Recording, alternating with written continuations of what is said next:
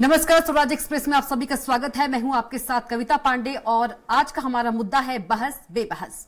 मध्य प्रदेश विधानसभा से एक बार फिर आम आदमी नाउम्मीद हो गया। सदन में सत्ता पक्ष विपक्ष के शोर शराबे ने फिर सत्र की सार्थकता को निरर्थक कर दिया। जीतू पटवारी का बयान सत्ता पक्ष को नागवार गुजरा तो स्पीकर ने उन पर निलंबन की तलवार चला दी। विपक्ष को निलंबन नागवार गुजरा तो उसने हंगामे की पतवार चला दी। चलती नाव में शोर शराबे का पानी भरने लगा। सदन में चर्चा की सार्थकता नारेबाजी में डूबती दिखाई दी। बजट सत्र के पहले 5 दिन में बजट के दिन से लेकर आज तक कोई दिन ऐसा न रहा जिसमें हंगामा न हुआ हो। जनता तो चर्चा से खुश होती है, न जाने क्यों हंगामे में पक्ष विपक्ष को लोक का तंत्र दिखाई देता है। पेश है एक रिपोर्ट।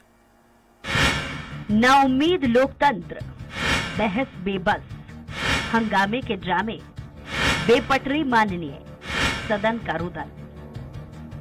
लोकतंत्र का मंदिर मध्य प्रदेश विधानसभा। जनतंत्र से चुनकर आने वाले माननीय महोदय आते हैं जनता की आवाज उठाने, लेकिन आवाज उठाते उठाते चीखने चिल्लाने लगते हैं। एक दूसरे के लिए मुर्दाबाद के नारे लगाने लगते हैं। तैश में आकर सदन संचालन की किताबें फाड़ने लगते हैं तो हैरत होती है। एक दूसरे पर आंखें तर्रेर कर सदन की सार्थकता को शोर शराबे में डुबाकर बाहर आते हैं तो ऐसा शो करते हैं मानो आसमान में सुराग कर दिया। अपनी जुबानी तीर सी पवित्र फ्लोर को हिलाकर मानो कोई पुण्य कर दिया। बजट सत्र में भी ऐसा ही दिखाई दिया। जीतू पटवारी के सत्ता पक्ष पर लगे आरोपों से सत्ता पक्ष आहत हुआ। आरोपियों को प्रमाणित करने की चुनौती दी गई। फिर इन्हें झूठे बताते हुए स्पीकर की मदद से पटवारी को सत्र के लिए निलंबित कर दिया गया। विपक्ष ने इसे दिल पर ले लिया, सदन सर पर उठा लिया और फिर शुरू हुआ हंगामे का दौर और स्पीकर ने सदन की कार्यवाही को 13 मार्च तक स्थगित कर दिया। विपक्ष ने स्पीकर पर पक्षपात के आरोप लगाए, उनके खिलाफ अविश्वास पेश किया, लेकिन विपक्ष के आरोपों को सभापति ने पूर्वग्रह करार दिया है और सदन की नियम प्रक्रिया का हवाला दिया। तो आप लगाओ, बाहर लगाओ नारा, भीतर लगाओ नारा, बहिर्गमन करो, जो तबीयत हो करो, पर उसमें भी संसद की गरिमा को बनाए रखने की हम सबकी जिम्मेदारी है। पहले अपने आचरण को ठीक करो तो दूसरे से आचरण की अपेक्षा करो। आप समझ लो, जो विषय था जिस विषय को लेकर के खेद व्यक्त करने के लिए कहा गया तो आसंदी के आदेश का पालन नहीं किया। मध्य प्रदेश विधानसभा में आज फिर से हंगामा हुआ। जीतू पटवारी के निलंबन पर सत्ता पक्ष और विपक्ष की तीखी नोकझोंक और नारेबाजी के चलते पहले आज की कार्यवाही में बार बार बाधा पहुंची। स्पीकर ने कार्यवाही 13 मार्च तक के लिए स्थगित कर दी।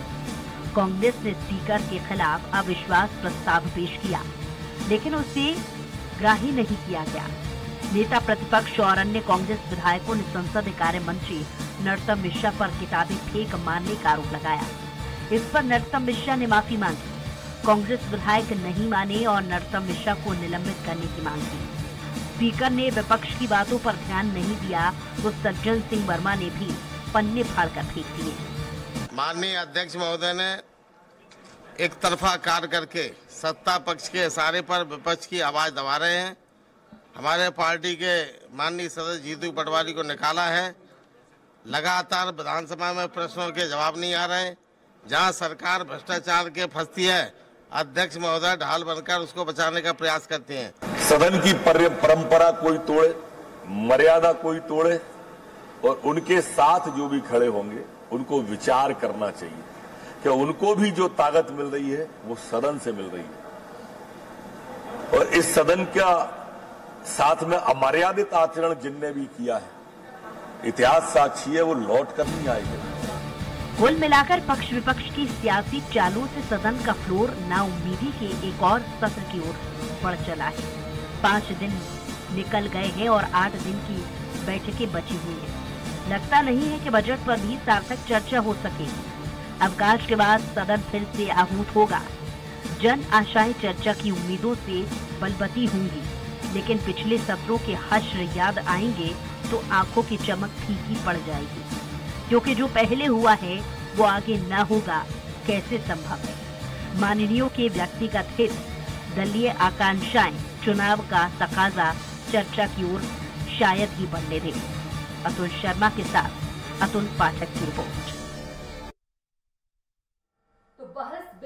हमारा मुद्दा है और इसी पर ज्यादा चर्चा के लिए हमारे साथ मौजूद है जालम सिंह पटेल, बीजेपी विधायक, शशांक भार्गव, कांग्रेस विधायक, योगी राज, योगेश, वरिष्ठ पत्रकार। आप तीनों का बहुत बहुत स्वागत है। सबसे पहले योगी राज जी के पास चलते हैं।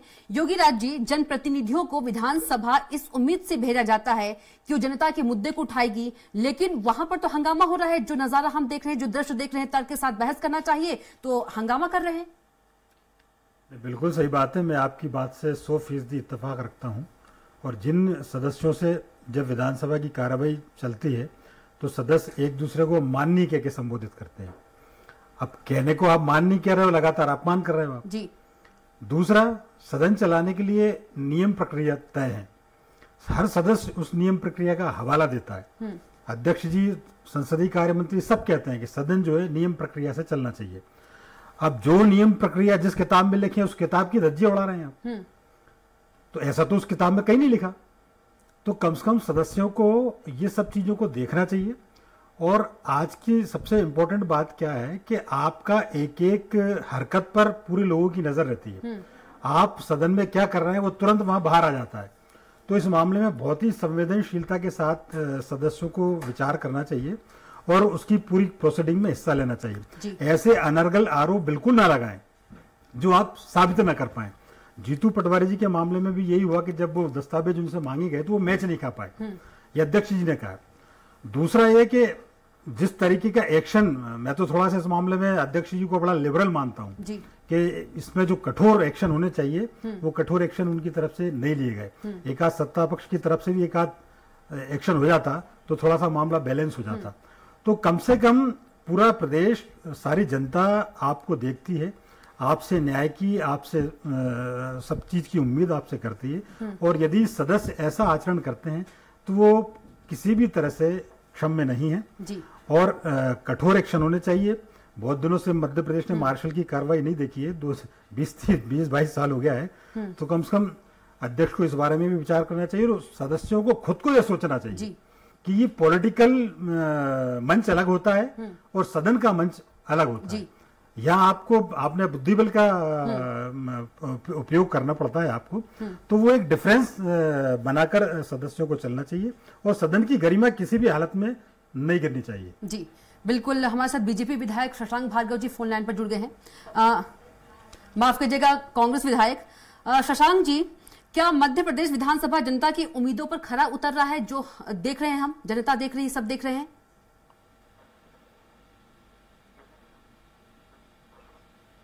हेलो जी शशांक जी। हेलो जी शशांक जी, आवाज पहुंच रही है आप तक? हाँ आ रही है आवाज। मैं कांग्रेस से विधायक हूँ मैडम। जी माफ कीजिएगा जी, माफी के साथ कांग्रेस विधायक शशांक भार्गव जी, आपसे सवाल है, क्या मध्य प्रदेश विधानसभा जनता की उम्मीदों पर खरा उतर रहा है? देखो, आप खरा उतरने के लिए सत्ता पक्ष और विपक्ष दोनों जिम्मेदार हैं जी। सत्ता पक्ष आज की ये स्थिति है कि विपक्ष की बात सुनना नहीं चाहते और अगर विपक्ष का आदमी कोई सही बात कहे तो उस पर हंगामा करते हैं।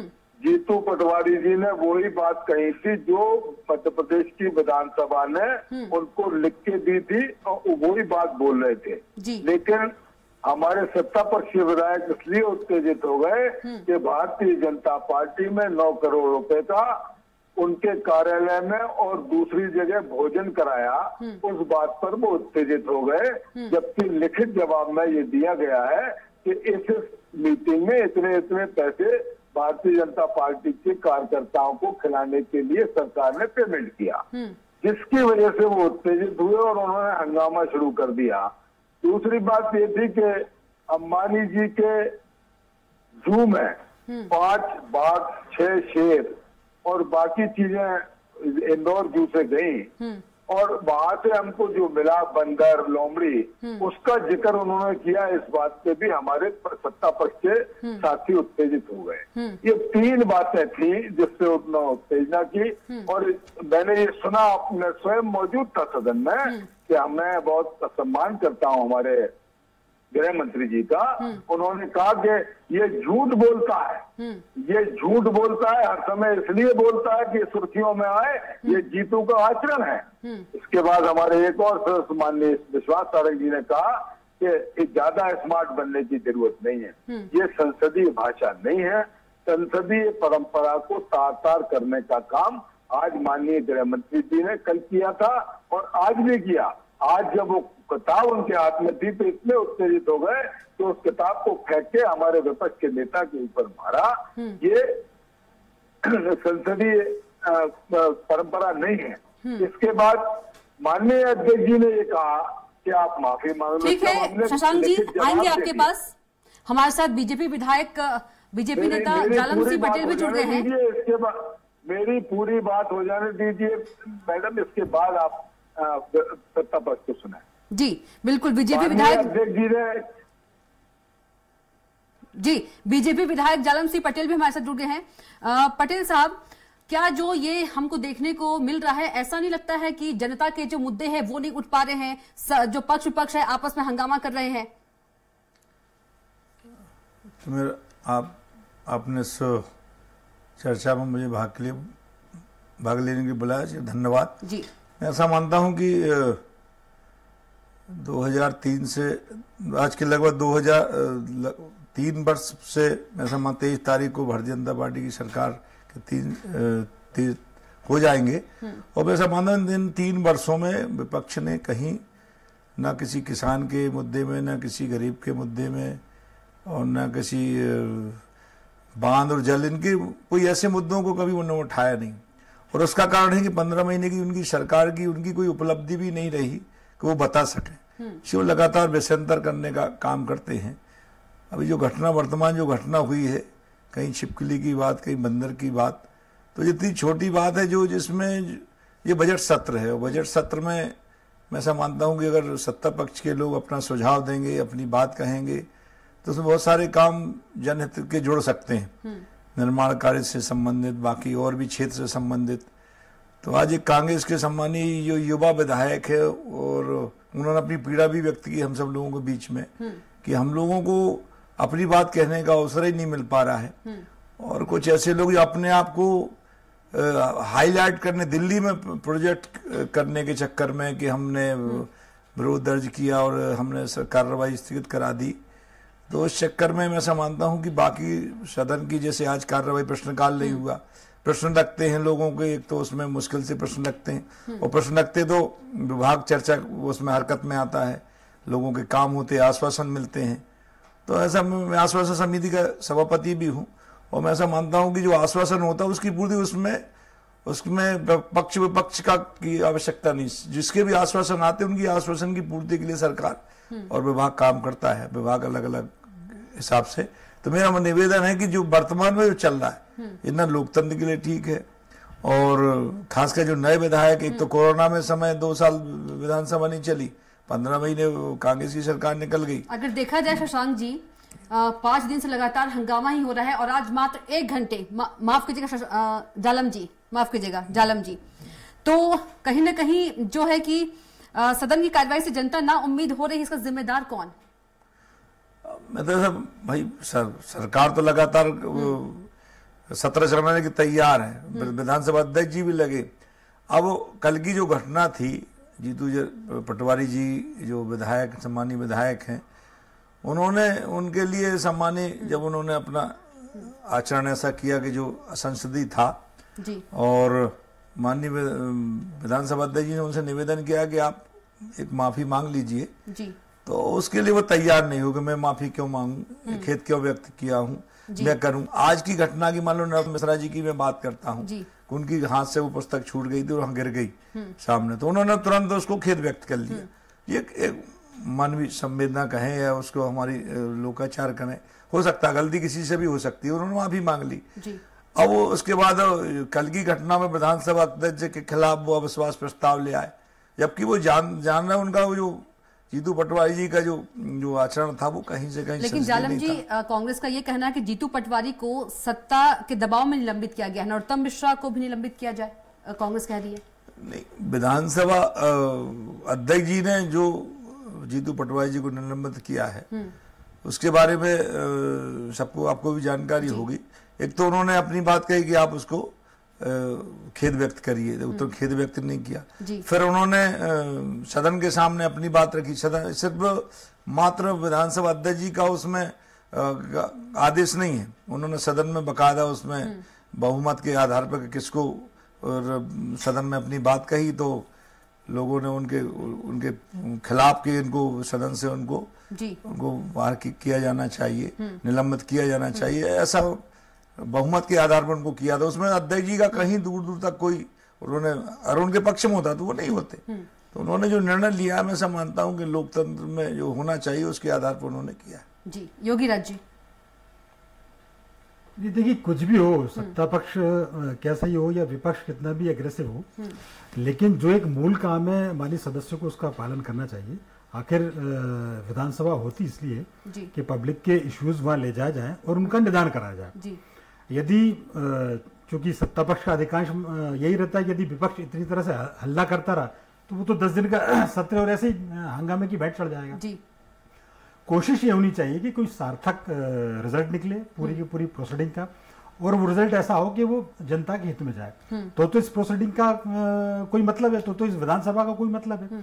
वरना यदि पब्लिक मंच में और विधानसभा में यदि कोई अंतर नहीं रखा जाएगा, और कौन लोग नहीं रखेंगे, ये वो लोग हैं जो 4-4, 5-5 बार के विधायक हैं, जो 50 और 55 की उम्र के विधायक हैं। तो यदि इनसे ही हम उम्मीद नहीं करेंगे, एक नौसखिए विधायक से इस तरह के व्यवहार की उम्मीद थोड़ी बहुत की जा सकती है। लेकिन जो वरिष्ठ है सीरियस सज्जन सिंह वर्मा पेज फाड़ रहे हैं, कागज फाड़ रहे हैं, किताब फाड़ रहे हैं, इवन चाहे संसदीय कार्य मंत्री भी हों, कई बार ऐसा सदन में देखने को मिलता है कि संसदीय कार्य मंत्री अध्यक्ष को डिक्टेट कर रहे हैं।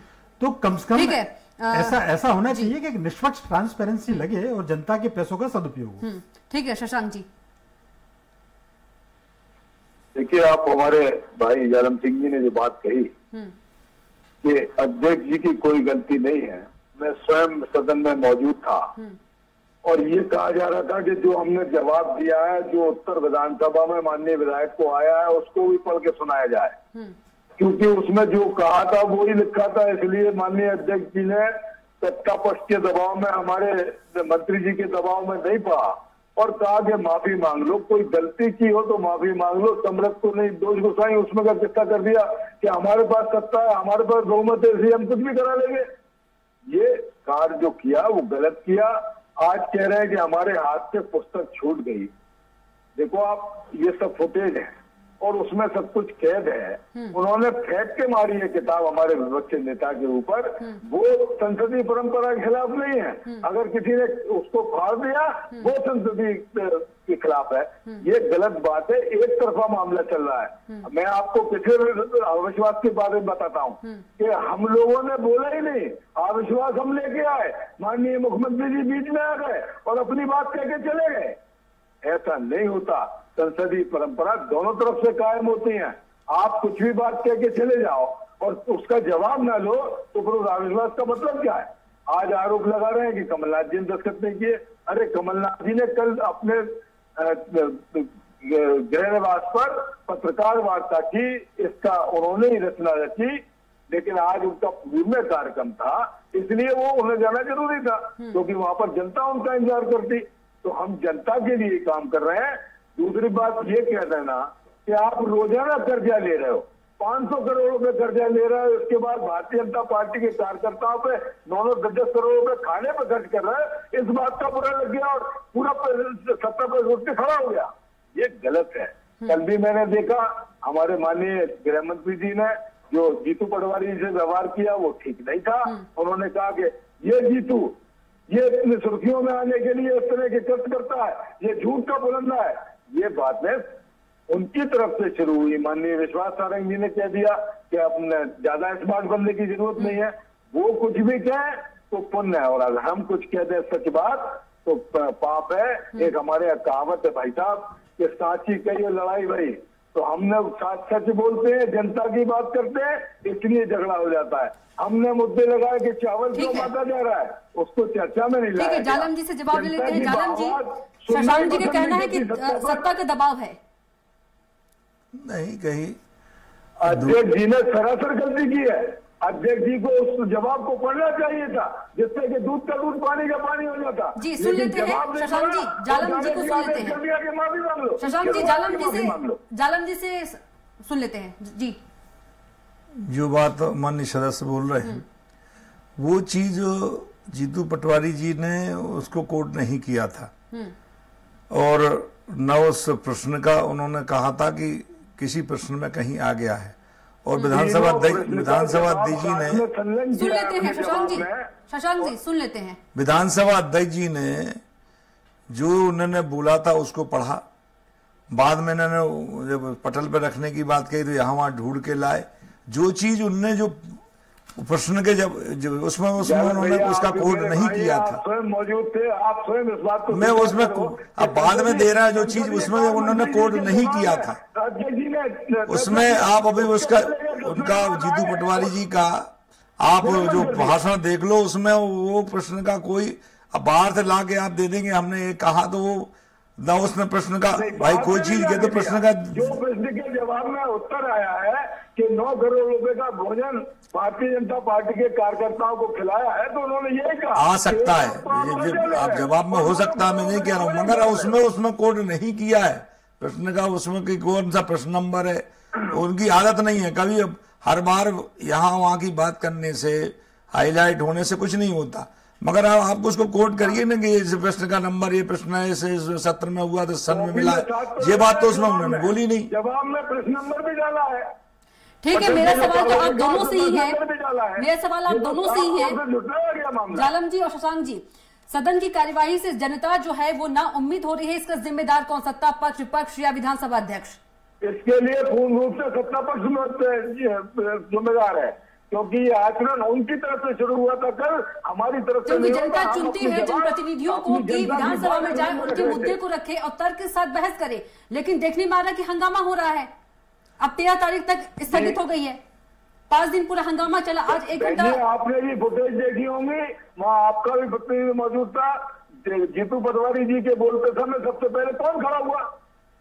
राज्यपाल जी के अभिभाषण पे, राज्यपाल जी ने जब अभिभाषण दिया उस पे ना आपने कुछ बोलना, उस भाषण पे तो आप बोले नहीं, कहीं छिपकली की बात कर रहे, कहीं बंदर की बात कर रहे, ये किसानों से संबंधित, गांव से संबंधित, डेवलपमेंट से संबंधित तो उन्होंने कोई बात अपने भाषण में की नहीं। आपने उसमें विकास यात्रा का जिक्र किया है भाषण में, और विकास यात्रा यही है क्या कि रोजाना? नहीं, विकास यात्रा का उसमें नहीं है, विकास जो बजट है भारतीय जनता पार्टी के कार्यकर्ताओं को भोजन कराए, 50 करोड़ रुपया प्रियंका भाड़ा दे, इसलिए कर्जा लिया जा रहा है जनता के पैसे का। ये बात साफ की गई तो इसको उत्तरित हो गए आप लोग। बाहरी पॉलिटिकल बात करना, विधानसभा के अंदर ही पॉलिटिकल बात करना, विधानसभा अलग चीज है, बाहर भाषण देना अलग चीज है। अब आपको उसमें भाग ही नहीं लेना। राज्यपाल के अभिभाषण कोई विकास यात्रा के लिए तो था नहीं।